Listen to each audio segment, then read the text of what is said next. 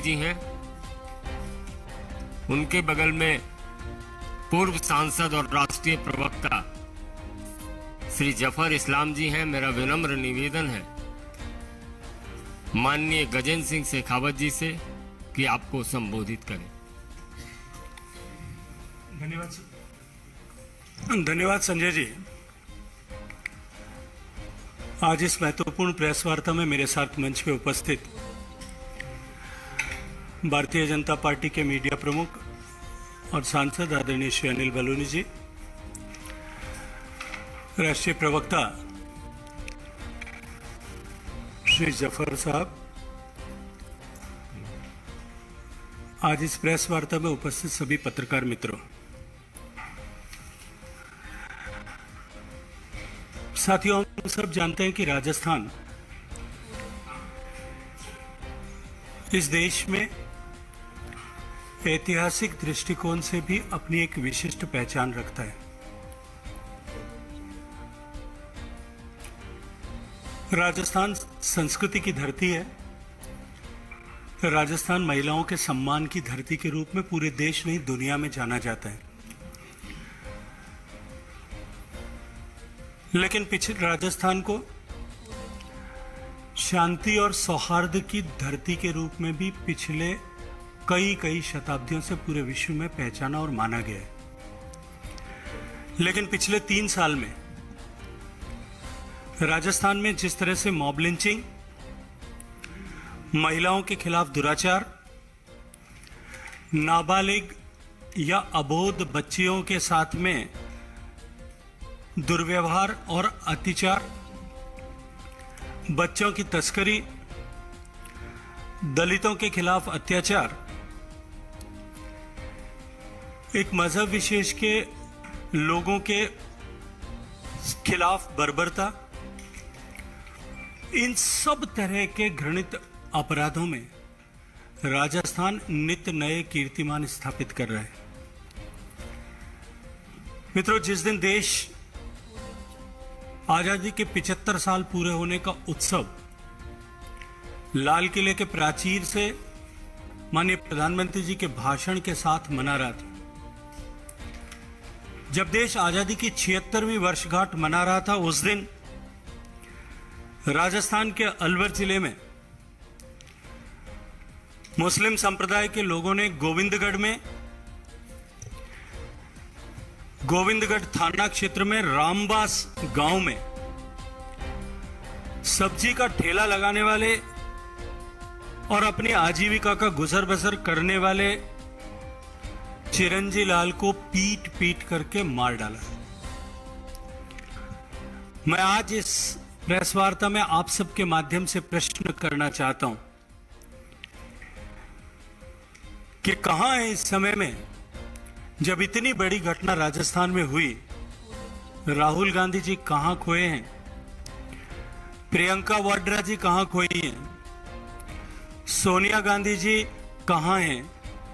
और साथ ही साथ ये ह्यूमन राइट्स के अपने आप को चैंपियन बताने वाले सारे लोग आज कहां छुप गए हैं। मित्रों, इसी क्रम में आप सब मित्रों को जानकारी है कि उदयपुर में जिस तरह की घृणित हत्या, जिस तरह की बर्बर और नृशंस हत्या हुई थी, बार बार पुलिस को में जाकर के शिकायत दर्ज कराने के बाद भी, शिकायत दर्ज कराने के बाद बार बार टेलीफोन करके सूचित करने के बावजूद भी जो मृतक था, जो शिकायत करता था, उसी कन्हैयालाल से माफीनामा लिखवाया गया। हत्या से 1 दिन पहले भी फोन करके उसके द्वारा सुरक्षा की गुहार लगाने के बावजूद भी सुरक्षा समुचित प्रदान नहीं की गई। अंततः इतनी बर्बर घटना को अंजाम दिया गया और जिसके सूत्र ऐसे अतिवादी संगठनों और जो है लोगों से जुड़े हुए अब एनआईए की जांच में सामने आए हुए। गहलोत सरकार उसमें भी प्रभावी कार्रवाई करने के बजाय चुप्पी साधे रही और मात्र सरकारी नौकरी और मुआवजे का लालच देकर के उस मामले को दबाने का प्रयास किया। राष्ट्रीय क्राइम रिकॉर्ड ब्यूरो एनसीआरबी के डेटा के अनुरूप आज राजस्थान, जो पन्नाधाय के प्रदेश के रूप में पहचाना जाता था, जो हाड़ी रानी के प्रदेश के रूप में जाना जाता था, जो मीराबाई के रूप में इनके नाम से जाना जाता था, जो शील की रक्षा के लिए जौहर करने वाली हजारों रानियों को और पद्मिनी के नाम से जाना जाता था, वो राजस्थान आज देश में रेप के मामले में नंबर 1 का प्रदेश बना है। और 18 साल से कम उम्र की नाबालिग बच्चियों के तस्करी के मामले में देश में दूसरे नंबर पर है। मैं प्रश्न करना चाहता हूं आज आप इस प्रेस वार्ता के माध्यम से कि उत्तर प्रदेश में लड़की हूं, लड़ सकती हूं, यह नारा देने वाली कांग्रेस की आदरणीय महासचिव श्रीमती प्रियंका गांधी वाड्रा जी को लड़कियों की बदहाली क्यों नहीं दिखाई देती? अलवर के रेप के घटना के बाद में जब वो सवाई माधोपुर में अपने बच्चों के साथ में, अपने परिवार के साथ में शेरनी के बच्चे की अटखेलियां देखने के लिए गई थी, उनको छुट्टी मनाने का समय था, लेकिन अलवर की उस मासूम बेटी की आंसू पहुंचने का समय जो है उनके पास में नहीं था। निश्चित ही इससे ज्यादा दुर्भाग्यपूर्ण और कुछ नहीं हो सकता। और जब अलवर की बेटियां जिला कलेक्टर के पास में इस बात की शिकायत लेकर के जाती हैं, तो जिला कलेक्टर महोदय उनको धमकाते हुए अपने परिवारजनों के और पिता के नंबर मांगते हैं। ऐसा वीडियो दिखता है कि तुम्हारी हिम्मत कैसे हुई मेरे ऑफिस में आने की, मैं तुम्हारे पिता को फोन नंबर पे एक फोन करके इसकी शिकायत करूंगा। जब राजस्थान में इस तरह से रेप की घटनाएं बढ़ रही, दुर्भाग्यपूर्ण इससे भी ज्यादा यह स्थिति बनती है कि राजस्थान के मुख्यमंत्री खुद रेपिस्टों की सजा कम होनी चाहिए, ऐसे बलात्कारियों और अपचारियों की सजा कम होनी चाहिए, इसकी पैरवी करते हुए नजर आते हैं। निर्भया केस के बाद में जो कठोर कानून अबोध बालिकाओं के लिए, नाबालिग बच्चों के खिलाफ यौन हिंसा को कम करने के लिए बनाया गया था, उसमें से मौत की सजा को कम करने की पैरवी करते हुए नजर आते हैं। और इस बात को मीडिया से बातचीत करते हुए लोगों के सामने, देश के सामने यह विषय रखते हैं कि मौत की सजा रेप के बाद में हत्या का कारण बनती है। इससे ज्यादा शर्मनाक शायद और कोई विषय नहीं हो सकता। हम सब ने देखा है कि राजस्थान के संसदीय कार्य मंत्री और urban development affairs minister Shri Shanti Dhariwal ji किस तरह से सरकार की तरफ से जवाब देते हुए विधानसभा के पटल पर बहुत सहजता के साथ में हंसते हंसते ये बात कहते हैं। और जब वो ये बात कहते हैं तब उनके सारे साथी भी ठहाके लगा करके हंस रहे होते हैं कि राजस्थान में ज्यादा बलात्कार की घटनाएं इसलिए हो रही हैं कि राजस्थान मर्दों का प्रदेश है। वो राजस्थान जिसने महिलाओं की, राजस्थान के बेटे जिन्होंने महिलाओं की रक्षा और सम्मान के लिए अपनी कई पीढ़ियां, केवल अपने आप को नहीं अनेक पीढ़ियों को खपा दिया, उस राजस्थान के वर्तमान सरकार के मंदिर में बैठ करके कोई व्यक्ति अगर इस तरह की टिप्पणी करे और उस पार्टी के सारे नेता एक साथ ठहाका लगा करके हंसें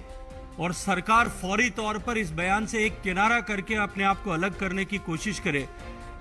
यह उनके चरित्र का उद्घाटक तो है ही, लेकिन इससे ज्यादा शर्मनाक नहीं हो सकता। राजस्थान की केवल कहानी ये नहीं है, पूरे देश में कांग्रेस के नेताओं की लगभग इसी तरह के हालात हैं। कर्नाटक में कांग्रेस के नेता मल्लिकार्जुन खड़गे जी के विधायक बेटे ने सरेआम महिलाओं को लेकर के जिस तरह से निंदनीय टिप्पणी की है, उसके जैसे अनेक बयान कांग्रेस के नेताओं के द्वारा दिए गए, हम सब का सर जो है वो शर्म के साथ में नीचा करते हैं। साल भर में कुल मिलाकर के देश में जो 28,046 मुकदमे रेप के दर्ज हुए, इनके लगभग छठा हिस्से से भी ज्यादा 5,310 बलात्कार के केसेस राजस्थान में रजिस्टर हुए हैं। और इनमें से 1/4 से ज्यादा केसेस, लगभग 1300 से ज्यादा केसेस ऐसे हैं जहां नाबालिग बच्चियों के साथ में इस तरह की ज्यादती की गई है, जिन बच्चियों की उम्र 18 वर्ष से कम है। एनसीआरबी के आंकड़े जिनके चर्चा में आपसे कर रहा था कि राजस्थान लड़कियों, नाबालिग बच्चियों की तस्करी की राजधानी बनाए। 53 नाबालिग लड़कियों की तस्करी के मामले पिछले दिनों में एक साल में सामने आए हैं, जिनमें से अधिकांश ट्राइबल बेल्ट के हैं। और अभी कुछ ही दिनों पहले, 2-3 दिन पहले ही एक अखबार ने अपने हेडलाइंस में फोटोग्राफ सहित उनकी मजबूरी को छापा था। 12 नाबालिग बच्चियों की तस्करी करके केरल ले जाया गया था। उसी क्रम में जब यह समाचार छपा, तब तक राजस्थान की पुलिस और राजस्थान की पुलिस के तहत काम करने वाली मानव तस्करी निरोधी यूनिट को इसकी जानकारी तक नहीं थी। हाथरस और उन्नाव की घटना पर घड़ियाली आंसू बहाने वाले राहुल गांधी जी और प्रियंका गांधी जी जो प्रायोजित दौरे करते हैं, ये सेलेक्टिव पॉलिटिक्स करने वाले आदरणीय प्रियंका जी और राहुल जी से मैं कहना चाहता हूं कि आप आकर के राजस्थान में भी कुछ दिन तो गुजारिए, आकर के राजस्थान के हालात को भी देखिए। दुष्कर्म के अलावा राजस्थान में अब नाबालिग बच्चों की खुलेआम खरीद फरोख्त और भी तेज हो गई है। दलितों के खिलाफ अत्याचार में भी राजस्थान आज देश में सर्वोच्च पायदान के राज्यों में पहुंच चुका है। राजस्थान में जिस तरह से दलितों के खिलाफ अत्याचार हुआ है, राजस्थान के ही एक कांग्रेस के विधायक श्री पानाचंद मेघवाल ने दलितों के खिलाफ हो रहे इन अत्याचारों को संज्ञान में लाने और सरकार की उदासीनता से आहत होकर के, इन अत्याचारों से व्यथित होकर के और सवाल खड़े करते हुए अपना इस्तीफा माननीय मुख्यमंत्री जी को भेज दिया है। और इसी के साथ उस पार्टी के 13 से ज्यादा चुने हुए पार्षदों ने इस्तीफा भेजा है और अनेक विधायकों ने भी अपनी तरफ से प्रश्न चिन्ह खड़े करते हुए बहुत कड़ी प्रतिक्रिया के साथ में पत्र जो है मुख्यमंत्री जी को लिखे हैं। राजस्थान में जिस तरह से पिछले दिनों में धार्मिक उन्माद फैलाने वालों के माध्यम से जिस तरह से घटनाएं की गई, करौली की घटना आप सबकी स्मृति में होगी, भीलवाड़ा की घटना उसके बाद की आप सबकी स्मृति में होगी, जोधपुर में ईद के दिन गई हुई घटना आपकी स्मृति में होगी। इन सब घटनाओं और ऐसी अनेक घटनाएं इस क्रम में, इन सब में यदि एक चीज कॉमन है तो वो है कि घटना के समय की प्रतिक्रिया, घटना के बाद की जांच और मुआवजा देने, इन तीनों में जम करके तुष्टीकरण जो है वो कांग्रेस की वर्तमान सरकार ने किया है। मुस्लिम तुष्टीकरण की नीति और इन्हें हिंदुओं समाज में तो जो है असुरक्षा की भावना पैदा की है। और इसको देख करके बसपा से कांग्रेस में शामिल हुए मंत्री श्री राजेंद्र सिंह गुड़ा ने भी अपना असंतोष और आक्रोश सरकार के सामने व्यक्त किया है। सरकार में भी धर्म के नाम पर, सरकार के कामकाज में भी धर्म के नाम पर किस तरह से भेदभाव होता है, इसका उदाहरण भी हम सबको देखने को मिला है। रीट के एग्जामिनेशन में जहां हिंदू लड़कियों के कुर्ते के बाहों तक को काट करके अलग कर दिया गया, इसके वीडियोस आप सब ने देखे होंगे। उनके दुपट्टे और मंगलसूत्र तक उतरवा दिए गए, चूड़ियां तक खुलवाई गई। और वहीं दूसरी तरफ दूसरी मजहब के जो लड़कियां और परीक्षार्थी थी वो हिजाब लगा करके परीक्षा दे रही थी, उन्हें उसकी अनुमति प्रदान की गई। हालात ये हैं कि हिंदू पर्वों के समय धारा 144 लगा करके उन पर्वों को, उत्सवों को मनाने के लिए रोका जाता है, वहीं दूसरी तरफ दूसरे मजहब के लोगों को उसी परिस्थिति में जो है अपने उत्सव मनाने के लिए, जुलूस सड़क पर निकालने के लिए अनुमतियां प्रदान की जाती है। हम सब ने देखा कि अवैध खनन को लेकर के अभी जिस तरह की घटना भरतपुर में हुई, 550 दिन से आंदोलन चल रहा था। 550 दिन तक सरकार केवल थोथे आश्वासन देती रही। माइनिंग माफिया और उससे मिलने वाली मलाई के बोझ के नीचे सरकार के कारकुन और सरकार के मंत्री और सरकार के अधिकारी दबे हुए थे। कोई कार्रवाई नहीं होती देख अंततः 14 साधुओं को आत्मदाह की धमकी देनी पड़ी। उससे व्यथित होकर के, कार्रवाई न होने से व्यथित होकर के जब एक बाबा निर्मलदास टावर पर चढ़े, तब आनन फानन में सरकार ने एक मंत्री को भेजा और मंत्री ने जिस तरह की टिप्पणियां वहां की और चर्चा वहां पे की, उससे आहत होकर के बाबा विजयदास को ने अपने आप पर पेट्रोल डाल करके आग लगा ली। उस मृत्यु के लिए मैं उस मृत्यु नहीं, हत्या कहूंगा, राजस्थान की सरकार परोक्ष रूप से जिम्मेदार है। और जब राजस्थान की सरकार उसके जो है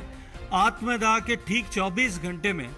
जिस विषय को लेकर के 550 दिन से आंदोलन चल रहा था, आनन फानन में उस विषय को पूरा करने के लिए आगे बढ़ती है।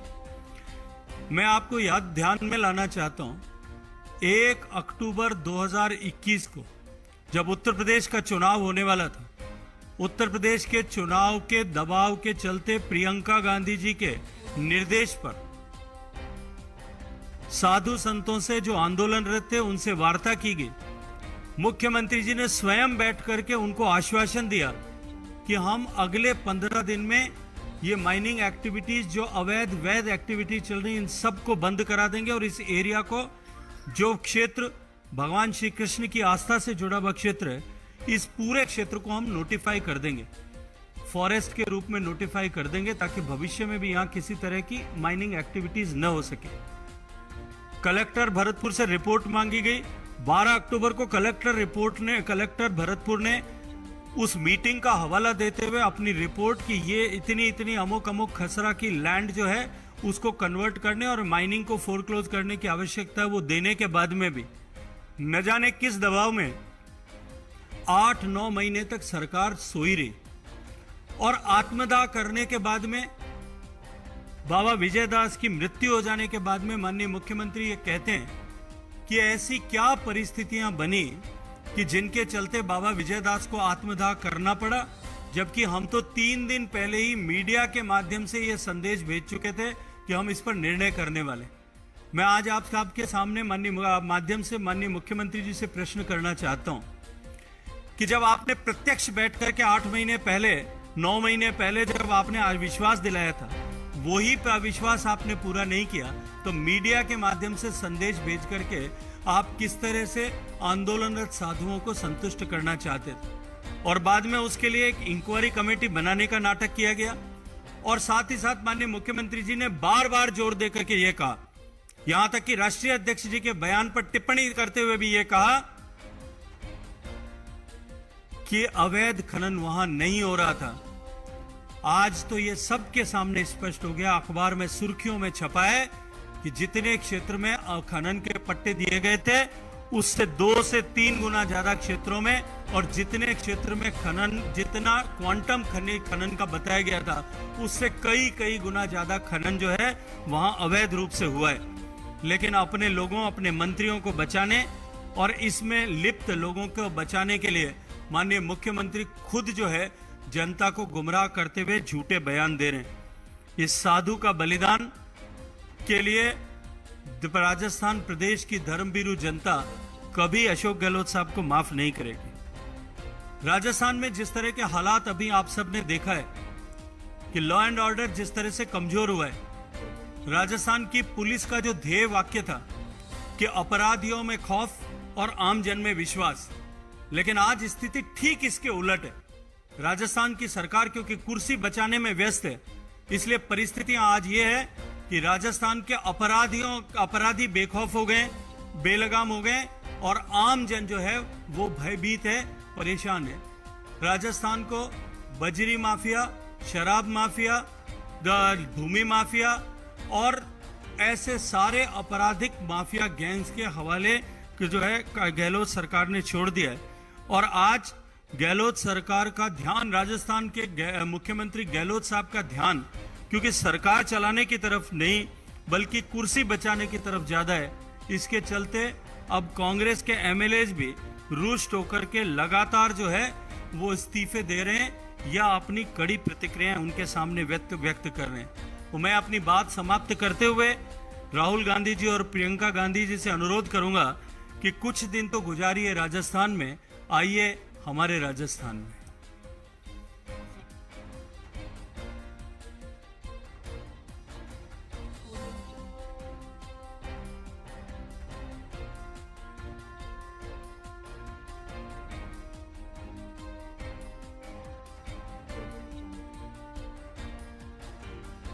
सरकार बर्खास्त करनी या नहीं करनी यह अलग विषय हो सकता है, लेकिन राजस्थान की जनता के मन में इतना आक्रोश है कि वो एक एक दिन गिन करके इस सरकार का कालखंड पूरा होने की जो है वो गिनती गिन रही है।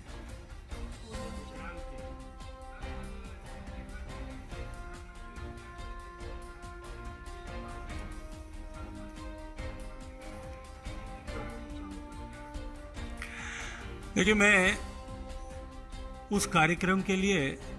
जिन चैनल्स ने उस कार्यक्रम को दिखाया भी है और जिन्होंने जो इस कार्यक्रम के सूत्रधार थे श्री अनुपम खेर जी, दोनों का अभिनंदन करना चाहता हूं। मित्रों, जैसा माननीय प्रधानमंत्री जी ने कहा कि देश ने आजादी जो लाखों लोगों के बलिदान और लाखों लोगों के योगदान दोनों के कारण से इस देश ने अर्जित की। एक 75 साल का लंबा कालखंड बीतने के बाद लगभग 3 पीढ़ियां जब गुजर चुकी हैं, तब लोगों की स्मृति से आजादी और आजादी के बाद में भारत किस तरह से, किन कारणों से पिछड़ता गया, कहीं न कहीं हमारी युवा पीढ़ी उससे डिस्कनेक्ट हो गई। श्री अनुपम खेर जी ने जो 75 साल का एक आकलन परिदृश्य सब देश के सामने रखा कि नेहरू जी के जमाने में किस तरह से 1957 में नेहरू जी देश को लाल किले के प्राचीर से पाकिस्तान को दिल का टुकड़ा कहकर के पुकारते हैं। 1962 के युद्ध में करारी हार और भारत की हजारों स्क्वायर किलोमीटर जमीन के ऊपर अतिक्रमण कर लेने के बलात् अतिक्रमण के बावजूद भी उसको एक सफलता बताने की कोशिश करते हैं। गरीबी हटा लेने से लेकर के महंगाई हटाने के खोखले नारे देश के सामने वहां गढ़ते और बुनते हुए नजर आते हैं, लेकिन उनका समाधान करते हुए कहीं दिखाई नहीं देते। आजाद होते ही आजाद भारत के लोगों को संबोधित करते हुए शुरुआत के दौर में देश के लोगों को कामचोर और आलसी ऐसा ठहराते। काल बीतने के बाद में माननीय इंदिरा गांधी जी के शासनकाल में भी इमरजेंसी लगा करके लोकतंत्र की हत्या का पाप करने के बाद लाल किले के प्राचीर से उसे जस्टिफाई करने और उसके फायदे गिनाने का पाप किया जाता है। बाप और बेटी के नेहरू जी और इंदिरा जी के इस 30 साल के शासन के कालखंड में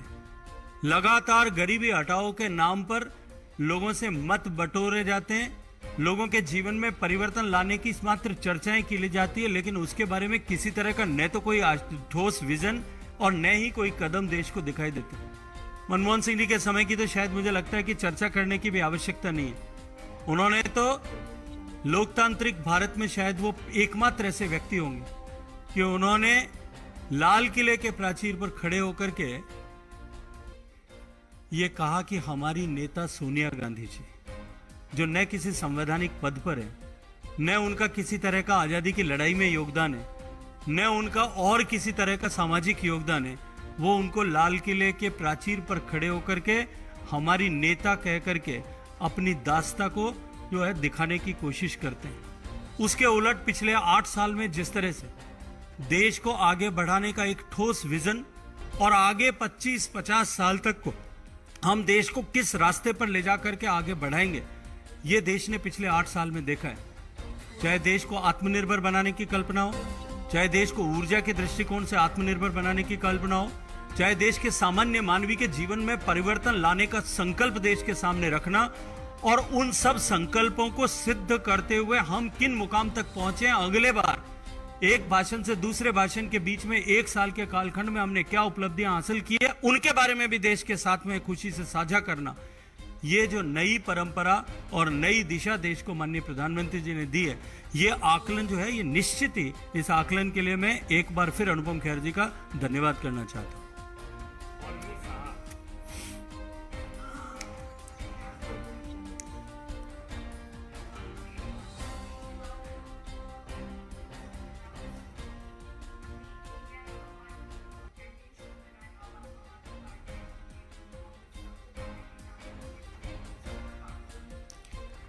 क्या इस बात का मौलिक अधिकार अरविंद केजरीवाल साहब के पास में है? क्या इस बात के हकदार भी वो हैं कि वो इस तरह की चर्चा करें? दिल्ली के 2 करोड़ से ज्यादा लोग उनसे पूछना चाहते हैं कि जिस दिल्ली को स्वर्ग बनाने की बात आपने की थी, जिस दिल्ली में एजुकेशन हब बनेगा, दिल्ली के स्कूल एजुकेशन को हम अपग्रेड करेंगे, उनकी चर्चा उन्होंने की थी। दिल्ली के हॉस्पिटल और स्वास्थ्य नेटवर्क की चर्चा जो उन्होंने की थी, दिल्ली की यमुना नदी को हम स्वच्छ बनाएंगे और टेम्स के जैसे स्वच्छ करेंगे, उसकी बातचीत उन्होंने की थी। ऐसा कौन सा वादा है जो उन्होंने पूरा किया है? This is a truly Kejriwal style of politics, जहां वो एक बात कहते हैं, उस बात की विफलता की बात को भुला करके नई बात कह करके उसको छुपाने की कोशिश करते हैं। उसकी विफल हो जाने पर उससे अगली नई बात के ऊपर चर्चा करना प्रारंभ कर देते हैं। केजरीवाल साहब, आपने सिर्फ एक काम किया है। आज वो जो मैंने प्रेस कॉन्फ्रेंस के कुछ दृश्य अभी देखे थे यहाँ आते वक्त रास्ते में, उसमें उन्होंने कहा कि देश के हर मोहल्ले में स्कूल खुलना चाहिए। आपने तो दिल्ली के हर मोहल्ले में शराब की दुकान खोलने का पाप किया, फिर उसमें भ्रष्टाचार किया और फिर अपनी नीति से भागते हुए वापस जो है दिल्ली की 2 करोड़ जनता ने आपको देखा है। आनंद पांडे, अदिति नागर, इस प्रश्न से अभी असल बात इस प्रेस कॉन्फ्रेंस को हम इसी दायरे में ले रहे हैं। अदिति नागर,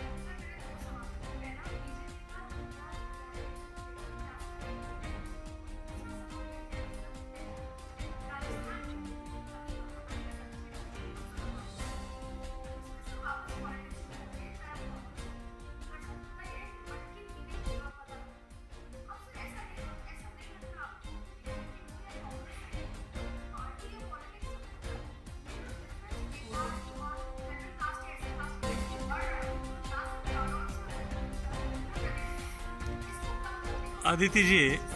मैं 2 चीज आपने 2 प्रश्न पूछे, इसलिए 2 चीज कहना चाहता हूँ। आपके पहले प्रश्न से अब मुझे विश्वास हो गया कि आप नेशनल चैनल में आ गई हैं। और उसका जो दूसरा प्रश्न है, आपने कहा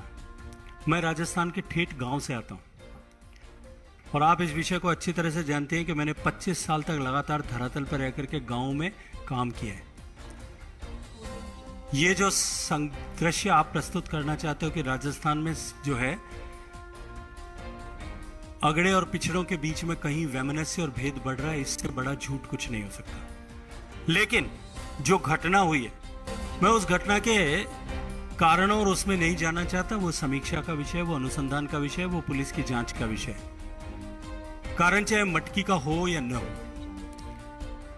जिस तरह की रिपोर्ट्स न्यूज़पेपर्स में आई है, वहाँ मटकी नहीं थी, वहाँ सभी साथ पानी पीते थे। दोनों जो है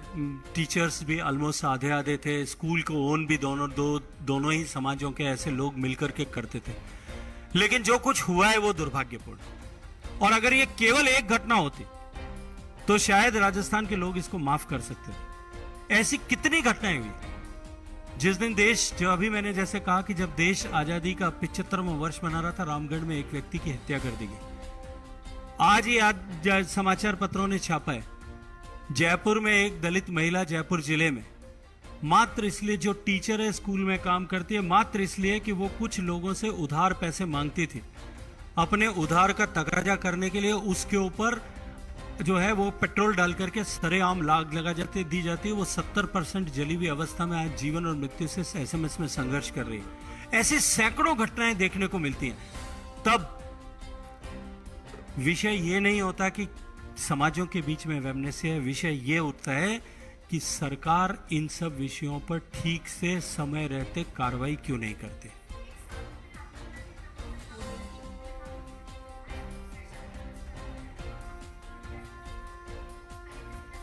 देखिए, उसमें भी बीजेपी ने अपना जो है वो जांच दल वहां भेजा था, आपकी जानकारी के लिए माननीय अर्जुन राम जी के नेतृत्व में भेजा था। उसकी जांच रिपोर्ट भी आई है और अनुसंधान जो पुलिस कर रही है उसके बाद में निश्चित रूप से जो कोई दोषी है कार्रवाई होनी चाहिए।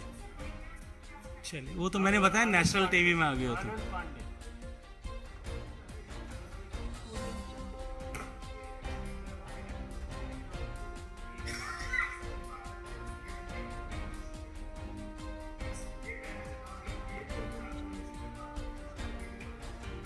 देखिए, जिम्मेदारी लेनी पड़ेगी। उसकी प्रतिक्रिया में गहलोत साहब ने जो भाषण दिया उसको जरूर देखिएगा।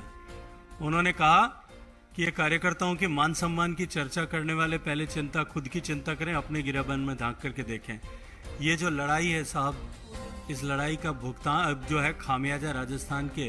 करोड़ों लोग भुगत रहे हैं, राजस्थान की महिलाएं भुगत रही है, राजस्थान की बच्चियां भुगत रही है, राजस्थान के गरीब भुगत रहे हैं और राजस्थान का विकास भुगत रहा है। इस लड़ाई को बंद करिए और सरकार चलाने पर ध्यान दीजिए, बचाने पर नहीं।